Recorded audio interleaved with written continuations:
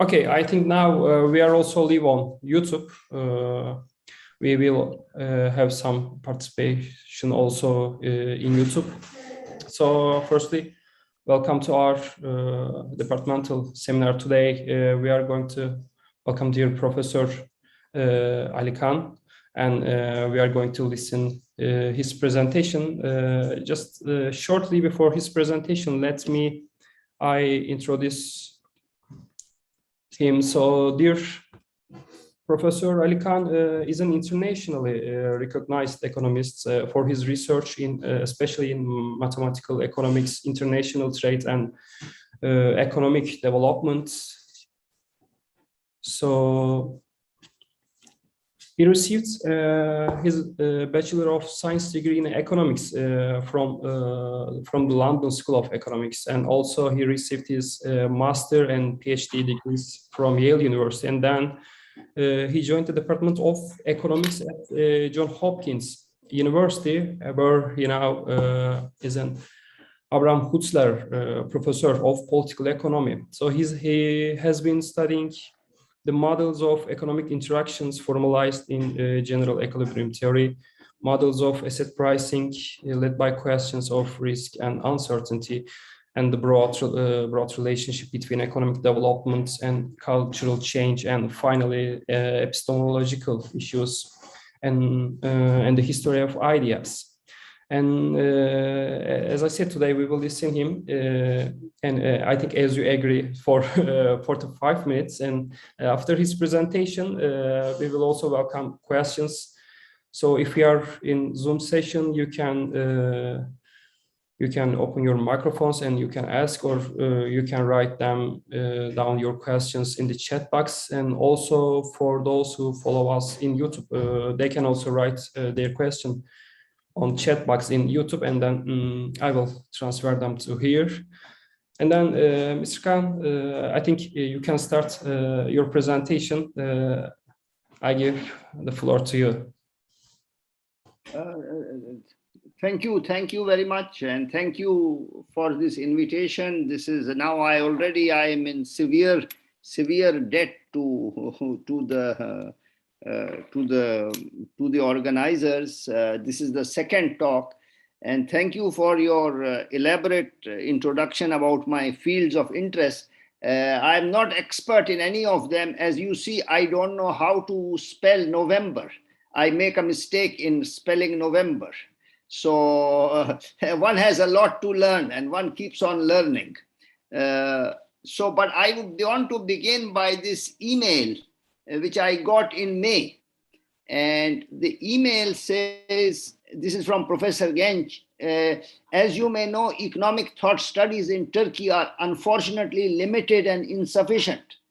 So this question of epistemology and history of ideas, of why we study economy as opposed to society or polity or community or an individual, why economics? Why do we study economic thought? And what is economic thought anyway? This is not being limited and insufficient only in Turkey or only in Pakistan, because I am Pakistani, but in the profession at large. And by profession at large, I mean economics became science. And because economics became a professional science, like air conditioning or plumbing or radio mechanics, there is no room for history.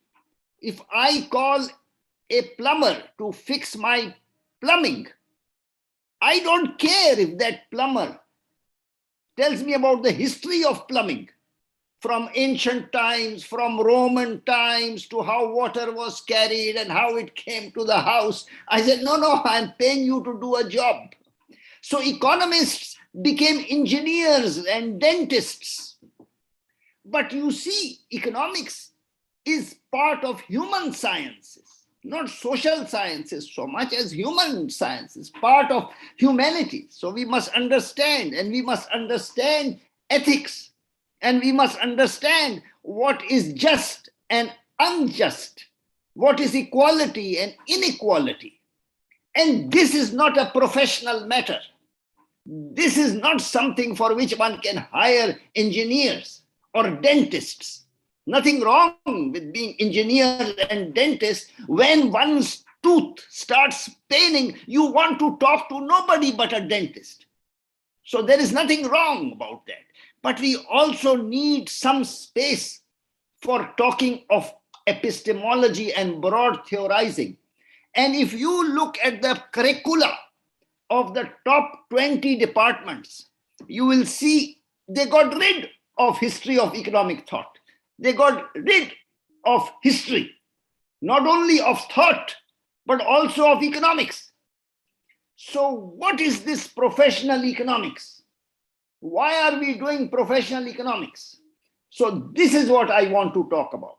And in that sense, I was very proud to be part of your panel. I registered for your platform and I listened to Professor Friedman's talk in the last fortnight or so. He talked of how economics has problems dealing with health economics. So in some sense, he and I are in the same space. We are in some sense asking ourselves, maybe late in the day, what have we been doing?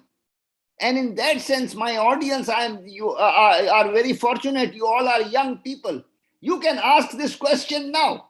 You can ask, what is it that you are doing? And answer, you are explaining things. You are hopefully contributing to society. Using some professional knowledge, using some models. The question is, how trustworthy are those models? How much confidence that we can attach to them? And why one model as opposed to another? Why this fashion versus another fashion? You see the problems of, I don't want to talk in a how shall I say, non-serious way, but we have problems of climate change, of equality, of poverty, of development. We always had these problems, but now they have become existential problems. Not only for the poor countries, but for the rich countries, for everybody. We are in it together. So this can only be explained by going back to economic thought. So this is the first step. So this is the first beginning of this talk. Now let me move on. And there is a book, and that book is very proud of economic knowledge and economic culture. And that book says all of economic culture, present culture, our professional understanding is based on two papers. A paper by Arrow and Debrow in 1954 and a paper by Lionel Mackenzie also in 1954. So the title of the book is Finding Equilibrium, Arrow, Debrow, Mackenzie on, I think it is called something, scientific credit or some such word. I don't remember the title. I reviewed that book. So I want to begin this talk in line with my first set of remarks.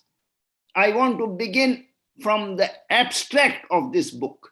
And this abstract you will find in the Journal of Economic Literature in June 2021 issue. So the abstract A for this talk is, I read a book that revolves around two papers published in 1954. So we are talking of the last 70 years. What is economics of the last 70 years? That's what we are talking. And econometrics and economic theory. One by Mackenzie and the other by Arrow Debrow. And this book has three parts: people, context, and credit. And this book advances the claim a new intellectual culture in American economics. Please understand, new intellectual culture in American economics, not Turkish economics, not Pakistani economics, not European economics, American economics. What is American economics? And this new culture reconstructs. It takes it apart and reconstructs. What does it reconstruct? The body. Oh, the body. Not teeth, not dentist, but the body. The body of economic knowledge. So, you see, if we learn how to read, we ask questions. What are they saying?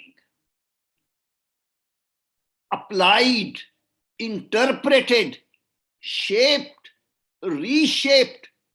What are they shaping and reshaping? They are shaping and reshaping the body of economic knowledge. You see, the body of economic knowledge. So what is the body of economic knowledge? It is what you learn in the first 2 years of coursework in a good American university. There's the question. Are you wasting your time or are you not wasting your time? Well, you are paying a lot of money. So are you learning something? No, no, no. We don't want to learn anything. We want to get a certificate and get a job. Then there's no problem. Then there is no problem. Then don't worry about solving problems. Let's do what we need to do. We need to get a job. That's no problem. Again, nothing to run this down. Without a job, one can't eat. One can psychologically have problems. We need employment. So this is one way of getting employment. But I am not talking about the employment aspect of economic knowledge. As the email said, economic thought studies. I want to talk about economic thought studies in Turkey, but I don't know much about Turkey, but economic thought studies. So I read this book. And I am supposed to teach in Johns Hopkins University. So I teach undergraduate economic knowledge and graduate economic knowledge. And I make my students read this book.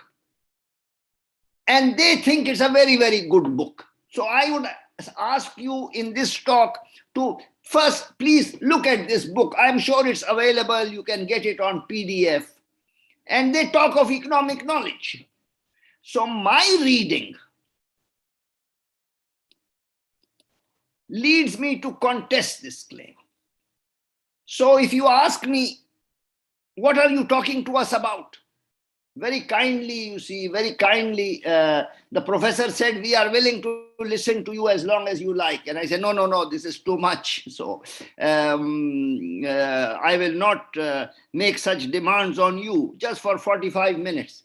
But I want to contest this claim. You see, we come from a culture in which we read a book, our sacred book. And when we read this book, we have to understand it. We have to apply it to our lives and interpret it. So we need to know how to read. And by reading, I contest this claim. And I also contest whether a history of economic analysis, much less a history of economic thought. So this talk is on history of economic analysis and history of economic thought. And you, in reading me, will ask, what's the difference? What's the difference between history of economic analysis and history of economic thought? Is there a difference? So I want you to just think with me. Rather than seeing me as an expert, think of me as ignorant, who doesn't understand. I don't understand. I don't understand what is the body of economic knowledge and how it can be applied, interpreted, shaped, reshaped. And now proofs. Proofs of what? Proofs. Proofs came to symbolize. See how difficult this sentence is. I am still talking about this sentence. It's a whole book. Proofs tell you about a culture.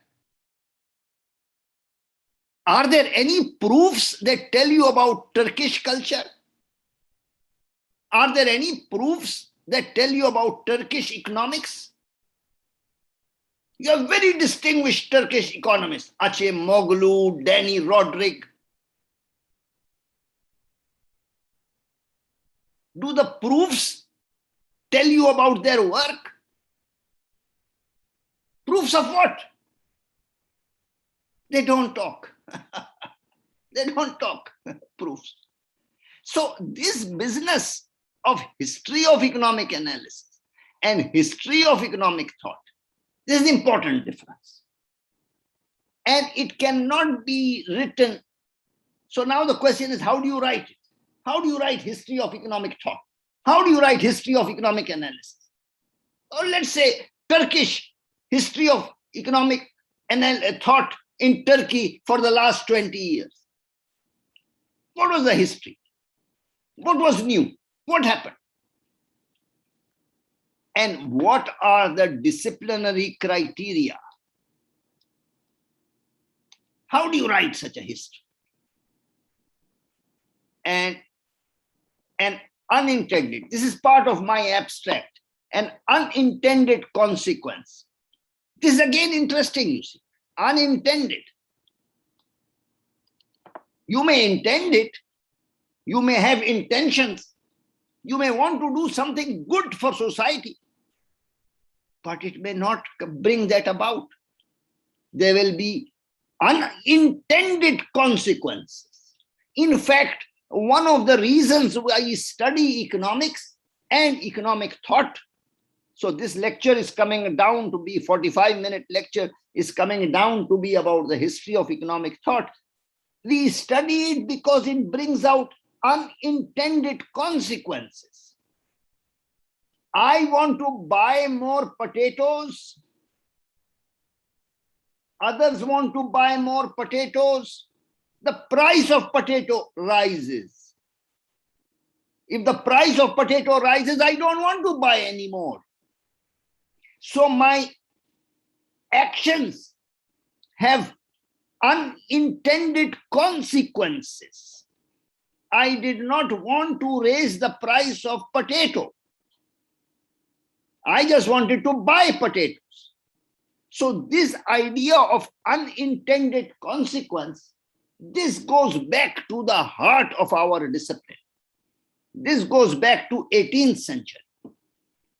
But the unintended consequence of my reading of economic knowledge, of the body of economic knowledge, is the identification of lacunae. What is identification? There are holes in this body. There are lacunae in knowledge. I think now the body metaphor will get me into trouble. So let us talk of a Latin word, a corpus of economic knowledge. In the reception of these proofs. So we are still talking. See how problematic this is. We are still talking about the proofs without talking about the theorems. How can you prove something when you don't know what you are going to prove? And we are talking about proofs. I have been speaking to you for more than 15 minutes and I am talking nonsense. A reception of these proofs, an underscoring of Samuelson's panoramic vision, and Gale, Kuhn, Nikaido, and Uzawa. So even if there are two basic results published in 1954, why do we do history of economic analysis or history of economic thought? And for that, I will now get to the second part. But I don't want to be, so this is economic thought studies are limited and insufficient. So they are limited and they are insufficient. Insufficient for us understanding how economics works. And for this reason, we have decided to establish a platform to increase the number of studies in the field of economic thought in Turkey and to attract more attention to this field. Which field? Economic thought in Turkey. And so then we have a symposium, which I was very happy to be invited, and very famous people spoke in this symposium and so on. Okay, so now let me stop here and ask, please interrupt any questions at this point.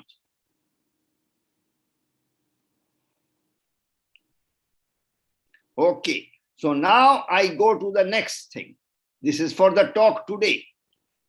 And this, some of the people who sat in my class are here. I am grateful to them and wish them a good morning. And so this talk, you see, I am now in some sense summarizing. This talk asks, why do we need to do history of economic thought when there is so much more to do? So this is the question. I want to focus on this question. This is the question. And about 20 years ago, I spoke to the Nobel laureate. Now we have Nobel Prize winners in this subject. And I spoke to the Nobel laureate, Eric Maskin of Harvard. He's very distinguished and very great man.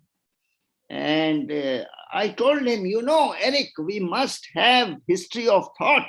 Exactly what Professor Gensch told me. I told him.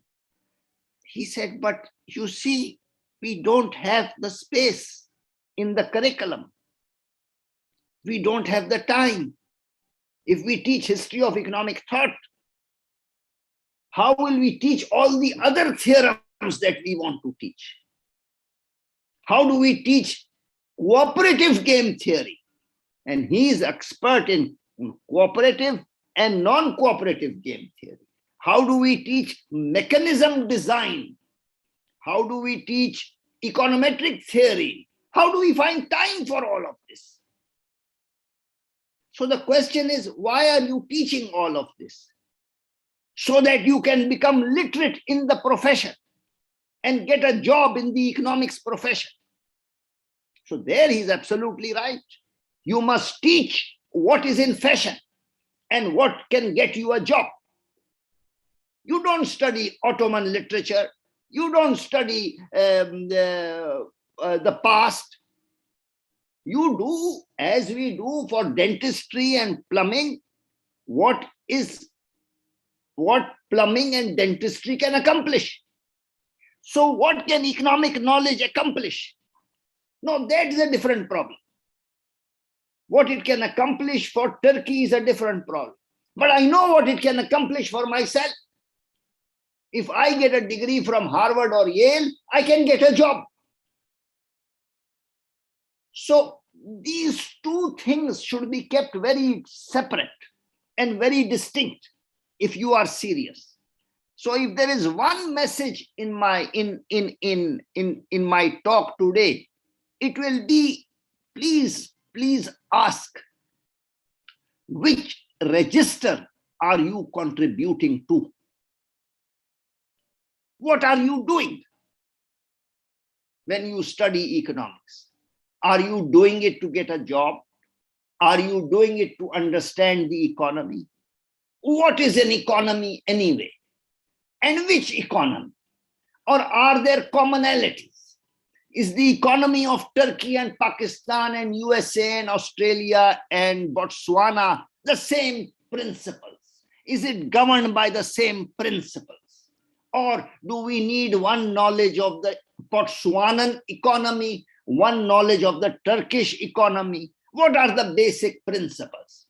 And they say, you are an ignorant man. You don't know that there are basic principles. What are those basic principles?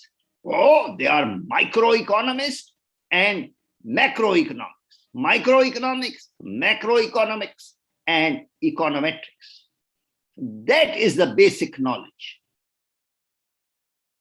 But then how does this knowledge solve climate change? How does this knowledge solve inequality problems? Are there inequality problems? Is there inequality only in poor countries? Is there inequality only in rich countries? Is there inequality in the US? Is there inequality in China? These are questions we can ask. We can ask. It depends in the register. If the point is to get a job, then you should not ask this question. Depends. What is it? What is the point? So the register, the idea of register is there are registers and sub-registers. There's a register for economy. There's a register for, within economics, a register for microeconomics. Within microeconomics, game theory or industrial organization or applied econometric theory or auction theory. What is the register? What are you trying to contribute? You are trying to get an overview. You are at each level asking what the Greeks wanted you to ask. What am I doing? Where am I going? What do I want to make out of my life? And for this, economics is a very good subject. Not alone, but in keeping with other subjects. But let me not go there. Let me finish this abstract. So this talk asks, why do we need to do history of economic thought when there is so much more to do? And I answer about modern economic theory. This body of economic knowledge that revolves around two papers. No. It doesn't revolve around two papers. How can a whole body of economic knowledge, modern economic theory, revolve around two papers? You think I'm a fool? If someone tells me, you know, all the economics that you are doing revolves around two papers, that means somebody is selling me the Brooklyn Bridge. How can it revolve around two papers? They also have an agenda. They don't want a job. They have a job. They don't want economics. They know what economics is. They want to sell their book. So economics teaches what is the objective. Why? What is the agent doing? What objective function he or she is maximizing? What constraints he or she is working under? Just one second. What happened here? Something happened. I am now attending. Okay. This is no problem. Okay. Now, thank you. It's great to see you, Jomji. Okay, now where am I? Let me go back to this. Okay. So let's continue. So to go back, why do we do history of economic thought? So modern economic theory, not just two papers, modern economic theory, particularly as it pertains to the allocation of resources over time in multi-agent societies, is grounded in the language of mathematics. You see, this is the challenge of our subject. We cannot be very specialized. We cannot be experts. We have to be human beings, first of all. And we have to see what are the problems. And we have to see allocation of resources over time in multi-agent societies is grounded in some sort of language. And mathematics is one of those languages. But before we see this allocation of resources, we must develop an appreciation of the process of theorization. So what is theorization? This economic theory was not just born out of the blue. Who shaped it? Who applied it, interpreted it, shaped it, and reshaped it? This economic theory. How a theorem has developed has a history. See, there we go again to Professor Gench's seminar, to the email. It has a history and is a response to some problem. What is the problem? What do you want to answer? What's your question, man? And as such, grounded in historical time. So this is the heart of it. This is the heart of it. And then you can start doing something. You can pay particular attention to the formal, mathematical, and literary expression. You see, this is why we come from a literary culture in Turkey and Pakistan. We don't come from a pragmatic culture. Of course, we are pragmatic. We don't come from spiritual culture. Of course, we are spiritual. We don't come from a purely materialistic culture. Of course, we are materialistic. But above all, we come from a literary culture. And we can ask, what is a market? What is a market? Oh, you see markets. But in economic theory, we are always talking of the market. And we teach about the market. Does the market do this or does the market not do this? This is our religion. This is what Adam Smith talked about. You know, the market. Market is invisible. We don't see markets walking around. They are an abstract idea. You can't touch markets. You can't smell markets. You can't taste markets. That's why abstract reasoning. Competition. Oh, this is not a healthy market. This is a distorted market. This is not a free market. What does it mean? What does it mean? What is competition? And interaction. Technological efficiency, good allocation. In short, the ability, this is what the body of economic knowledge is. The ability to give a loose economic intuition, a coherent logical meaning.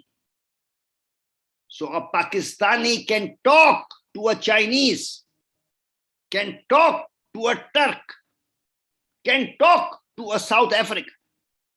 This is why we do economics, because we have a language for problems that beset us all. And we have to work on those problems together in an interdependent world in which man and animal is brought together, in which there is physical capital, there is human capital, and there is natural capital. And so, what does it mean, loose economic intuition? It means how such an expression is rooted in the analytical work that it presupposes. You see, it's an important word, presupposes. You might have to learn language. You have to also learn calculus. You have also to learn convex analysis. As Meskin told me, there is a lot to learn. But before we start learning all these things, there should be an overview. And for that overview, we go back to Professor Gench's email. Economic thought studies in Turkey are limited and insufficient. So not only in Turkey, but in US and everywhere, they are limited and insufficient. And so it presupposes a desire and ability for abstract reasoning, to be appreciative of, as well as at ease with, the substance, language, and style of Debro's theory of value. And history of economic thought is difficult because it draws on both mathematics and on literary theory. It teaches how we read and how we interpret a piece of writing. So this is the beginning. Now I think I should stop here again and ask for questions. So even questions like, where are you going? Why are you telling us all of this? We know all this anyway.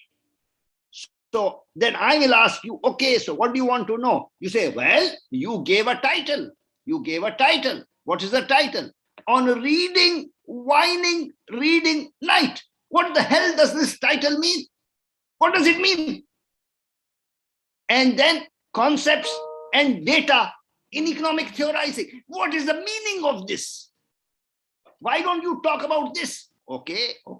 If there are no questions, then I will talk about that. Any questions? It is now 9:40. I began at 9 o'clock. So if you take 5 minutes for hello, how are you? And we made pleasantries and so on. So that leaves me 35 minutes. So I have been speaking non-stop in my not so very nice voice for 35 minutes. And if you have no questions, I will finish the talk in another 5 minutes. Another 10 minutes. Okay. So let me just check on chat. Let me see if I have anything on chat. Let me see. Okay, so let me just stop share and let me see if I have anything on chat. Okay, I have nothing on chat. And I have, so let me just see. So these were my general remarks on Professor Gench's email on why we need to do history of economic thought. And the paper, she was very careful. She asked me many times, she said, what is your title and what is your subject? So my title was Knight, but not just Knight. Knight is a Chicago economist before Friedman and Lucas and all these guys in Chicago. There's the old Chicago, there's a new Chicago. Knight was in Chicago faculty when Paul Samuelson, whom you may or may not know, was an undergraduate. And now if you punch Google and so on, economists deal with Knightian uncertainty. So what is Knight? Who's Knight? So I'm reading Knight. And Knight has a book, Truth and Freedom. I'm not reading Truth and Freedom. I'm reading Truth and Freedom. Oh, why are you doing that? Answer, we do that all the time. We read our book, then we read other people reading our book, then we read Pamuk reading other people reading our book. We are always doing this. And I read Whining because Whining was a student of Knight, and he's a very subtle thinker. And he and Koopmans, who was my teacher, had a big argument, which Knight lost in some sense. And Knight went to Virginia Polytechnic Institute and then went to University of Virginia. People don't even know who Whining is now. And Koopmans, of course, got the Nobel Prize and so on. And the issue then came on data versus theorizing. Does theory come first and you then collect data and then test the theory? Or you have data which comes first, and then you formalize some sort of analytical model to explain the data's regularity or irregularity. Even before data, not data in terms of econometrics, Bureau of Labor Statistics and macroeconomic time series, but data broadly interpreted, data as experiences. How do you just take your experiences and then try to formalize them? What does it mean? And Vining argued to Koopmans that if you bring theoretical conception before your experiences, you are not learning fully from your experiences. You are in some sense caging them. You are making them prisoner of what you already have, the priors. So now in terms of Bayesian statistics, you have a prior, and that may be a totally misleading, unspecified, disjointed prior. And you express your experiences with that prior and do economic theory. Or you take your experiences and try to see what they are and then be governed and generated by them and then proceed. Do you come like De Broglie, or do you come like Hayek and Buchanan? So it really goes back, you see. It's not just a question of two theorems in 1954, as this book says. It is the whole modern economic theory. How did it become modern? And what are its strengths and what are its weaknesses? And how do we work on those? So let me now go back and screen share, and then I will just conclude my talk. So where are we? Share screen and share. And then I will complete my talk. So now I bring you all up here. And so on reading, Vining reading night, concepts, this is the theory part, data, this is the experience part, in economic theorizing. And then we have this, and this is the paper. And this is a joint paper with Ani Ghosh, who's in the audience and who's our fourth-year student, and Eddie Schley, who is a very distinguished senior economist at Arizona State. And I have all of these things. This abstract, I will not bother you. I think it will be easier if I just give you table of contents. So this is the structure of the talk. So you say, oh, you already told us the structure of the talk. Why are you giving us another structure? Answer, because this structure I spoke in the platform and I could not complete it. So this will need more time. That's why I told the professor, I said, you will have to stop making me talk, not asking me to talk as long as I like. So introductory, some methodological footholds. So this is Knight as an institutionalist. So this is important. Trying to find out who's Knight. And Knight as a theorist of microeconomics. Oh, if he's the important theorist of microeconomics, then why isn't Knight in Mascolel, Winston, and Green? Answer, I'm not interested in Mascolel, Winston, and Green. You read Mascolel, Winston, and Green if you want to get a job. That will be very important, because the interviewer will ask, have you read Mascolel, Winston, and Green? And if you say no, so then he has nothing to talk to you about. I went back. What happened in 1933? Something happened. There was a society, founding of a society.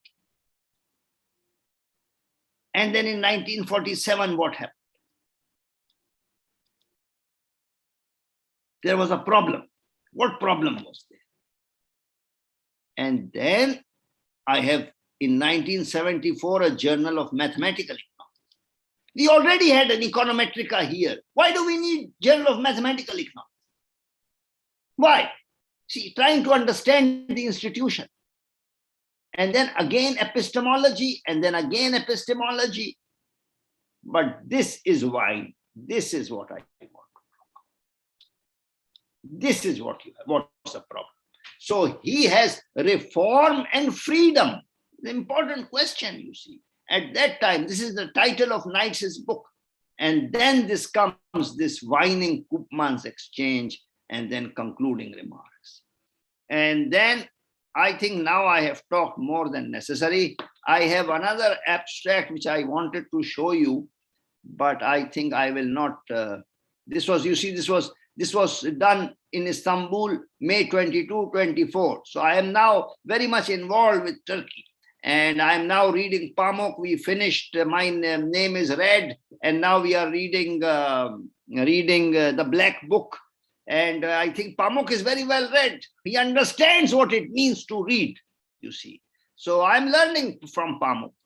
And so this I don't have to worry about. And this also I don't have to worry about. And so thinking in night, you see, thinking in night. Process versus procedure, whining and night, insect and human societies, and night and Veblen. So there's a lot to do, you see. There's a lot to do, there's a lot to think, there's a lot to write about, there's a lot to email. It depends whether you are interested or not interested. If you are not interested, one should not waste each other's time. If you are interested, one can learn many, many things. So I thank you for your attention. And now I am ready to answer any questions that you want. Thank you, Mr. Khan, for this presentation. So now we are waiting for your questions. If you have. If there are no questions, then I can maybe ask one. So Professor Khan, thank you very much for this interesting and inspiring talk.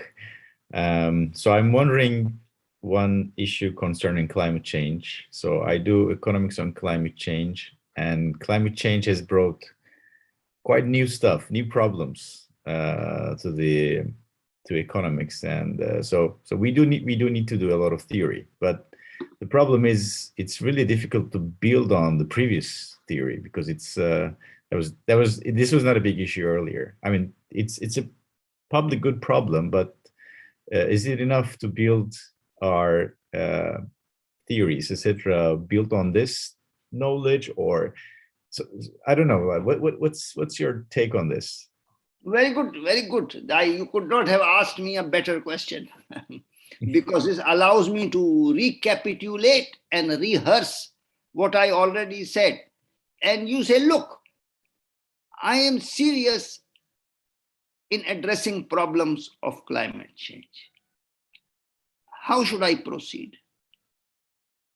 You have a body of economic knowledge. There are top 5 journals. There is this theory. Do I follow that theory? What do I do?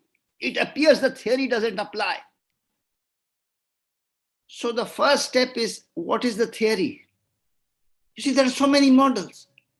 There's Arrow-Debreu theory. There is Savage decision theory.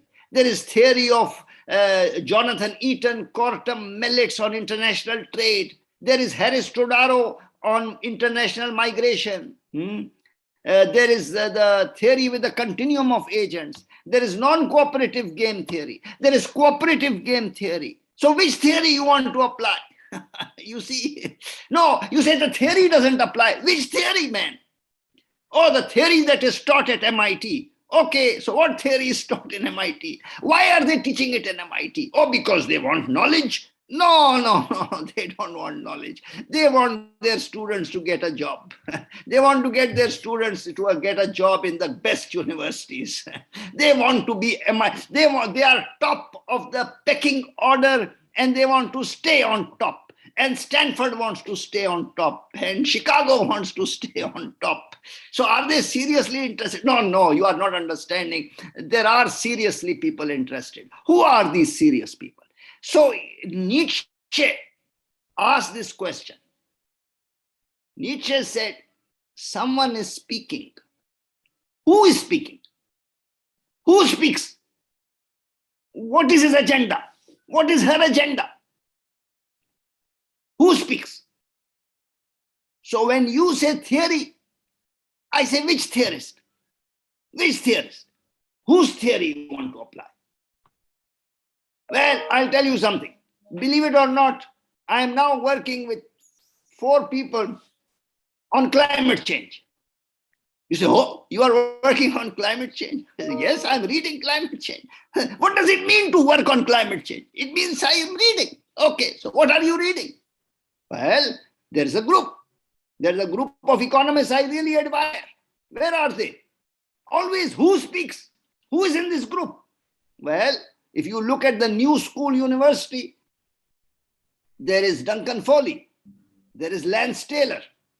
They are studying climate change. What are they saying? Well, look at their papers. But I don't mean to say, oh, but that's left wing. Okay, so now you go to right wing. You go, there is no one economics, no one economic science. There are people.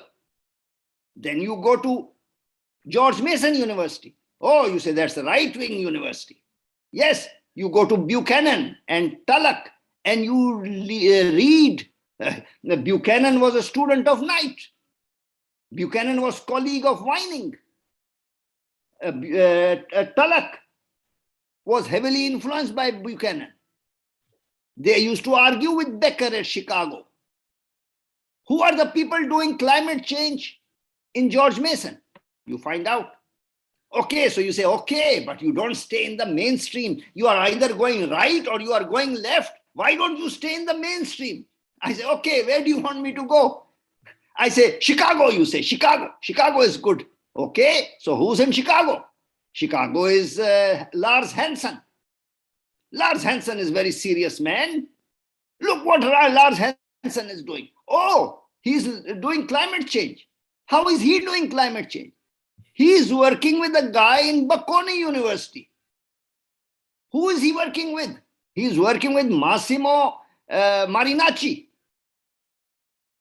So somebody came up, one of my students came up for tenure at one of the American universities. I won't give you his name. I said, you write to Massimo Marinacci. He is an expert in the area. And his department chairman told me, no, nobody knows Marinacci.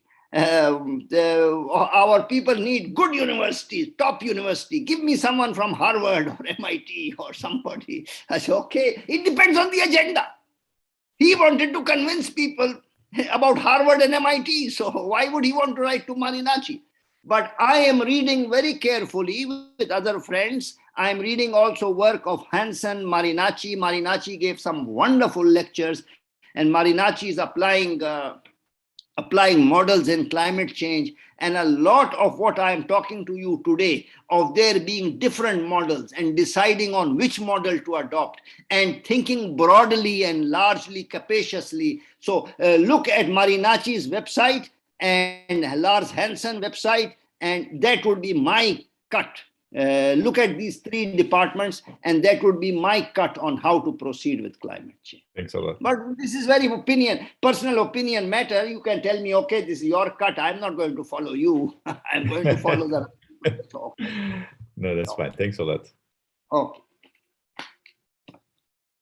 Okay, thank you. Is there any questions or comments from anybody? Also, thank you very much for this invitation. As you see, I like to talk. That's my problem. People should not talk. They should only do writing. Because every time you talk, you waste time and you can get one less publication. The trick is to get publications. So, okay. Thank you very much. Please write to me if you are interested in anything I say, and especially if you disagree and tell me, write to me and say you are talking nonsense, and then we will discuss. Okay. You take care. Thank you. Take care. Bye-bye. Thank you very much for the presentation and for participation. So we are ending this session. Thank you.